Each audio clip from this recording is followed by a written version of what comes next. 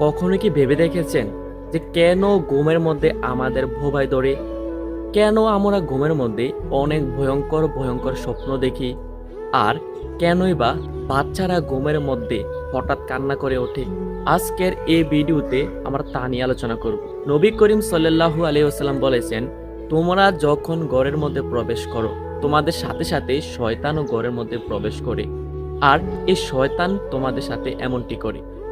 এর জন্য বাঁচার জন্য নবী করিম সাল্লাল্লাহু আলাইহি ওয়াসাল্লাম বলেছেন, তোমরা যখন ঘরের মধ্যে প্রবেশ করবা, তার ঠিক আগ মুহূর্তেই দরজার সামনে দাঁড়িয়ে ৩ বার সূরা ইখলাস শরীফ পাঠ করে ঘরের মধ্যে প্রবেশ করবা, যার ফলে শয়তান তোমাদের সাথে ঘরের মধ্যে প্রবেশ করতে পারবে না, তোমরা এগুলা থেকে মুক্তি পাবে। সুতরাং আমরা আজকের পর থেকে ঘরের মধ্যে প্রবেশ করার ঠিক আগ মুহূর্তেই দরজার সামনে দাঁড়িয়ে বিসমিল্লাহ সহ সূরা ইখলাস শরীফ ৩ বার পাঠ